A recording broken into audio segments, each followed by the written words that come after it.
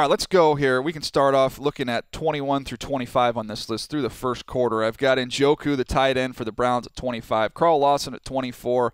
I'll skip over 23, 22 Joe Mixon, and 21 Pat Elflein, who's doing a nice job at center for the Vikings. But the one I want to focus on, number 23, Kenny Gala, came out the gates on fire, Buck. And look at somebody that I graded kind of as a fourth, fifth rounder. I thought he'd be a number 4 wide receiver, and when he's been healthy and targeted on the football field for the Detroit Lions, he's proven to be much more than that. Plays above the rim, and I think he's got a chance to be a premier wide receiver in this league. I mean, he has done a great job of being a big play artist for them. They've done a great job of featuring him down in the red zone. He's also coming with some big plays, particularly on vertical passes.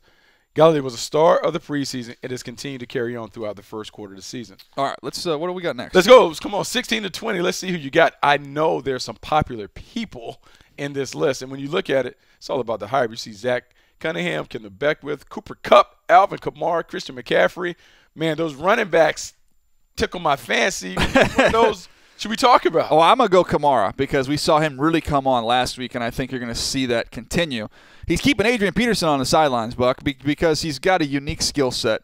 The burst, you see it here against the Chargers. Whew, once he gets to the open field, he's gone. You're not going to catch him. He's a great route runner out of the backfield. You can use him in a lot of different ways, and I think you're going to see his role continue to grow. Now, Sean Payton's offense has always had a spot for this type of player going back to Reggie Bush, and he can be that for this team now. So he's number 17 on the list. I think he's got a chance to climb up as we continue on through the season. Here we go. Let's go into the top 15 and see who makes that list. I think some defenders should be up there. Here we go.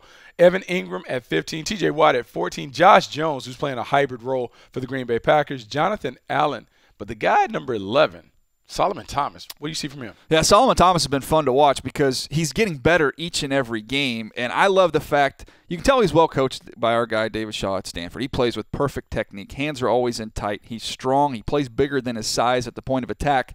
If you don't account for him on the backside of run plays, he's going to make the tackle each and every time, and he holds up on the front side as well.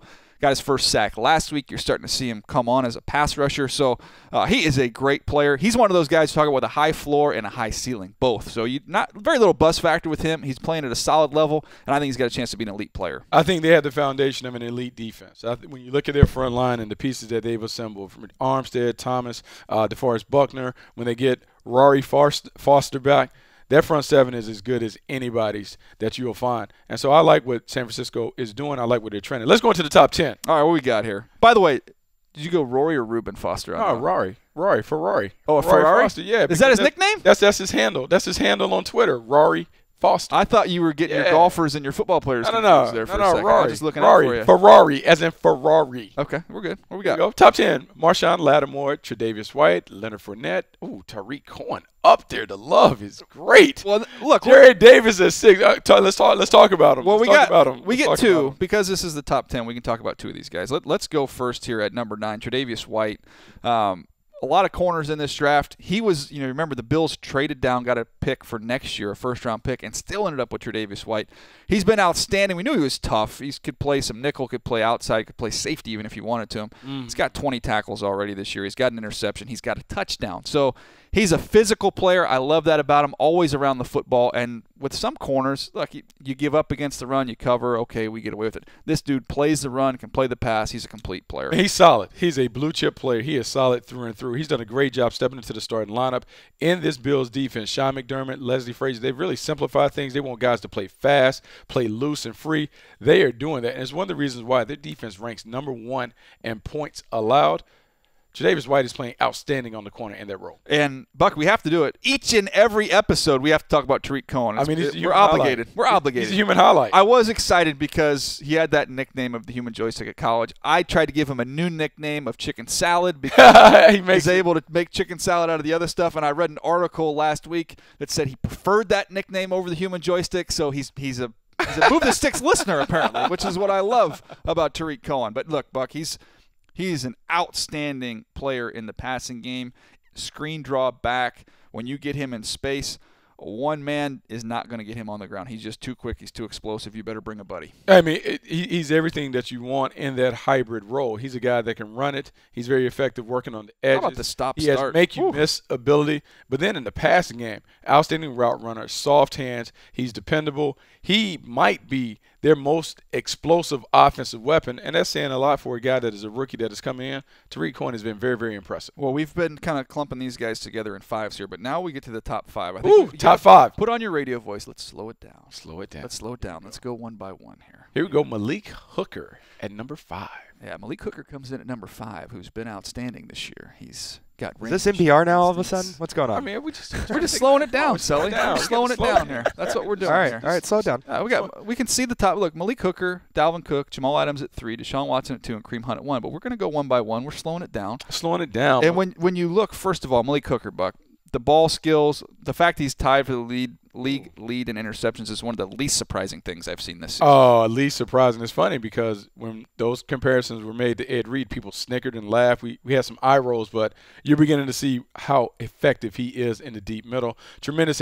This interception here off the tip against the Seattle Seahawks. A little one hand, and then the stiff arm. And then the return skills. So, yes, he still needs to clean up the tackling, but he has been as good as advertised when it comes to producing takeaways. Dalvin Cook, I put at number 4. Look, I'm super bummed about the injury. Tears his ACL. He's going to be out for the season. But I do these updates every quarter. He will disappear from the list as we go forward. But for what he did the first quarter of the season, he already established himself as one of the best runners in the NFL. He belonged near the top of this list. Absolutely. His ability to wiggle in the hole, the stop-start quickness, to take it in, the toughness that he displayed.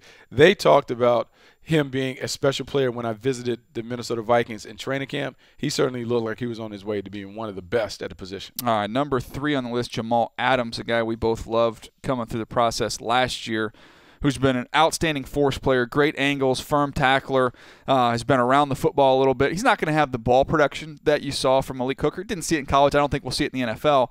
But he's a rock-solid player. You know exactly what you're getting with Jamal Adams. Absolutely. He is what we call a thermostat leader, meaning that the temperature of the room changes when he walks in. I think it's not a coincidence that the Jets have gotten off to a surprising 2-2 start behind a defense that is better than advertised.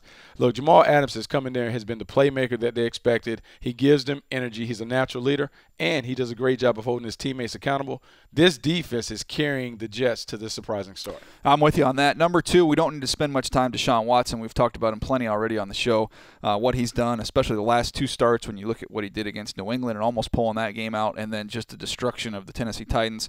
He comes in at number 2 on the list, and you can argue in most years he'd be number 1. But this year, like last year where we had a rookie lead the league in rushing, we're right back there again. But Kareem Hunt has been outstanding.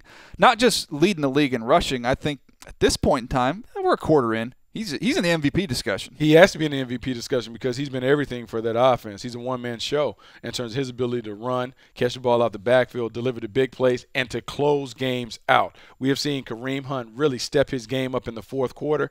His ability to salt games away with his no-nonsense running style has made the Kansas City Chiefs maybe the favorite in the AFC, and I don't know if many of us expected that prior to the season. More valuable player right now through a quarter. I know that we're talking about rookies here, but would you go with the quarterback, Alex Smith, or would you go with this running back, Kareem Hunt? I think Kareem Hunt has given them what they needed. I believe he's the most valuable player. You think about when Jamal Charles was at his peak, in his prime, Kareem Hunt has basically stepped in and done the same things. It's one of the reasons why that offense is rolling. Yeah, he's been outstanding. I think he's very deserving of that number 1 spot.